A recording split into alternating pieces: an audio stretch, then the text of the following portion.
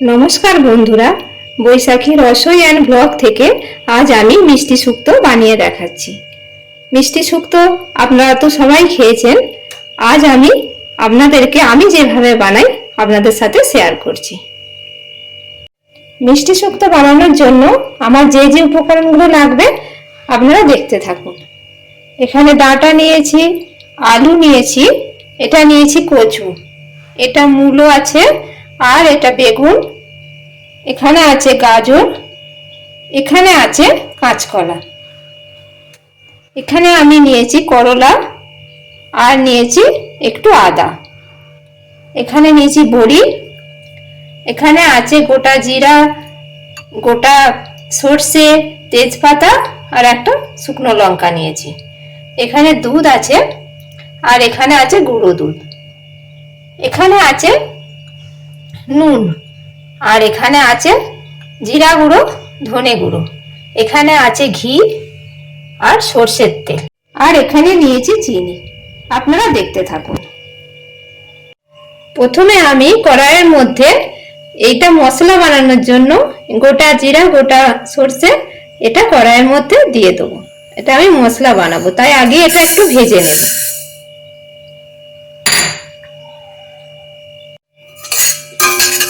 এই যে এটা আমি এখন একটু গরম করে নিচ্ছি, তারপর একসাথে এটাকে গুঁড়িয়ে নেব। এটা আমি মশলা বানাবো, সেজন্য আগে গরম করে রেখে দিচ্ছি। এখন আমি এই কড়াইয়ের মধ্যে এই বড়িগুলো একটু ভেজে নেব।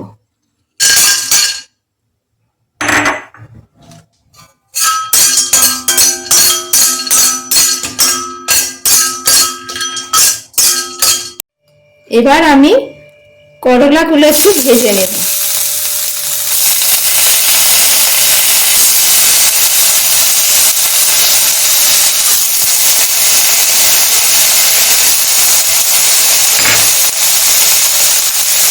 এতে একটু নুনও দিয়ে দেব। নুন দিয়ে একটু ভালো করে ভাজতে থাকবো।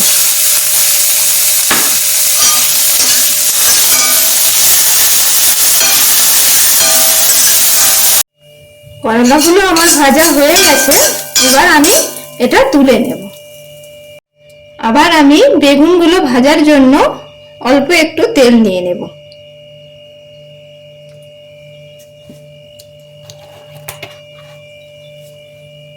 তেলটা গরম হয়ে গেছে, আমি এবার বেগুনগুলো এর মধ্যে ছেড়ে দেব।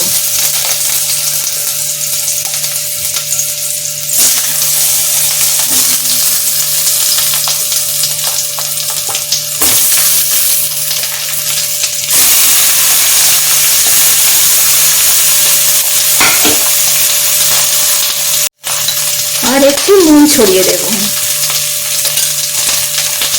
এখানে আমি হলুদ ব্যবহার করব না, সেজন্য আমি এর মধ্যে হলুদ দেব না।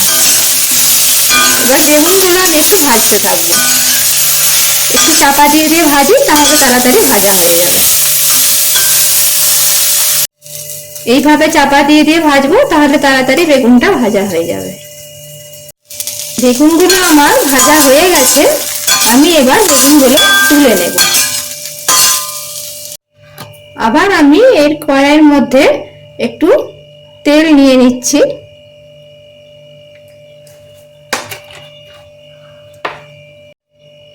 আর আমি এই সমস্ত সবজি এখন এই কড়াইয়ের মধ্যে দিয়ে দিচ্ছি।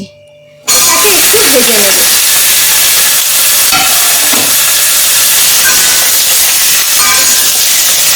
একটু নুন দেবো এর সাথে, দিয়ে এটা একটু ভেজে নেব।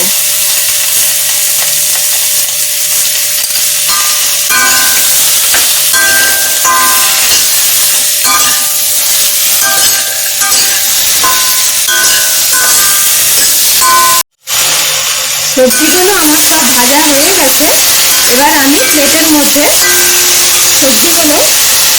সব তুলে নেব। এবার সব সবজিগুলো তুলে নেব।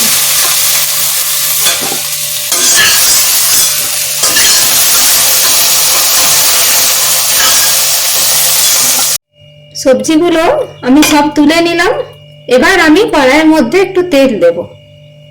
এবার আমি তেলের মধ্যে গোটা সর্ষে আর গোটা জিরা ফোড়ন হিসেবে নেব, আর একটা শুকনো লঙ্কা নিয়ে নিচ্ছি, আর একটা তেজপাতা নিয়ে নিচ্ছি।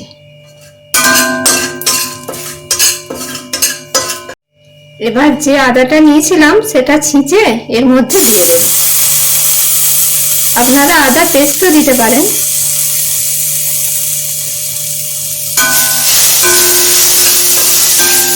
আদাটা একটু ভেজে নিই, হালকা ভাজবো, আদা খুব বেশি ভাজবো না। এবার আমি জিরে গুঁড়ো ধনে গুঁড়ো এর মধ্যে দিয়ে দেব, আর একটু জল দেব এর মধ্যে।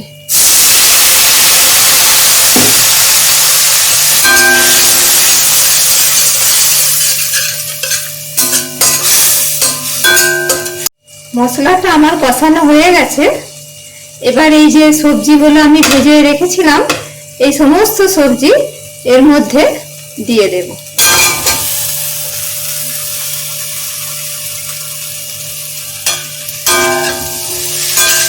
এটা একটু কষিয়ে নিই।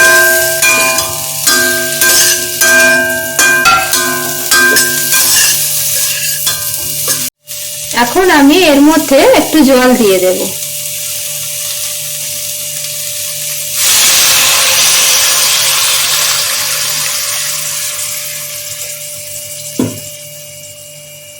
আর একটু নুন দিয়ে দেবো, দিয়ে এটা চাপা দিয়ে সিদ্ধ হতে দেব।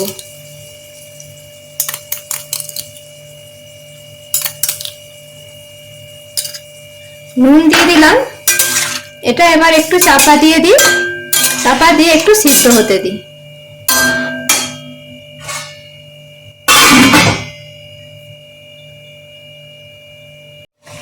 সবজিগুলো আমার সিদ্ধ হয়ে গেছে। তো আমি এবার বেগুন আর এই করলা যে ভেজে রেখেছি এগুলো এর মধ্যে দিয়ে দিচ্ছি।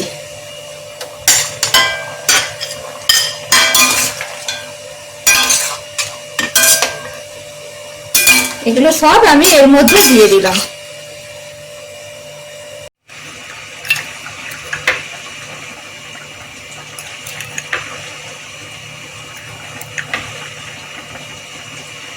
এটা একটু মিশিয়ে নেব।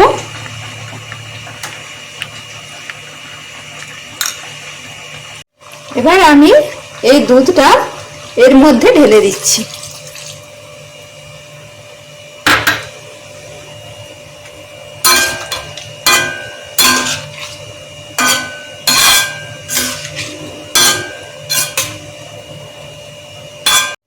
এখন আমি এর মধ্যে একটু চিনি দিয়ে দিচ্ছি।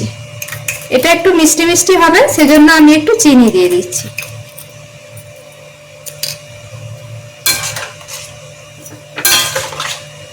এটা একটু ফুটে যাক। আমি এর মধ্যে এই বড়িগুলো ভেজে রেখেছি, এই বড়ি ভাজাটা দিয়ে দেব।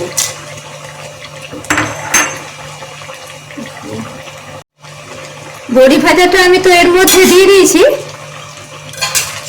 এখন আমি এর মধ্যে একটু ঘি দেব। আমি আগে গ্যাসটা অফ করে দিচ্ছি।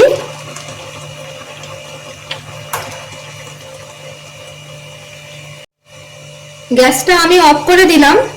এবারে আমি একটু ঘি ছড়িয়ে দেবো এর মধ্যে।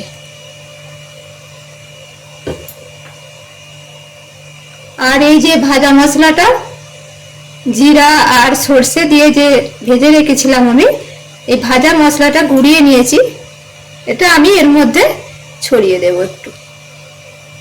আমার রেডি হয়ে গেল এটা। এইভাবে মাঝে মাঝে শুক্তো খেতেও আমাদের খুব ভালো লাগে। সব সময় তো মাছ মাংস এসব খেতে ইচ্ছা করে না, এই নিরামিষ দিনে শুক্তো বানিয়ে খেলে খুবই ভালো লাগে। আপনারা একবার বানিয়ে খাবেন।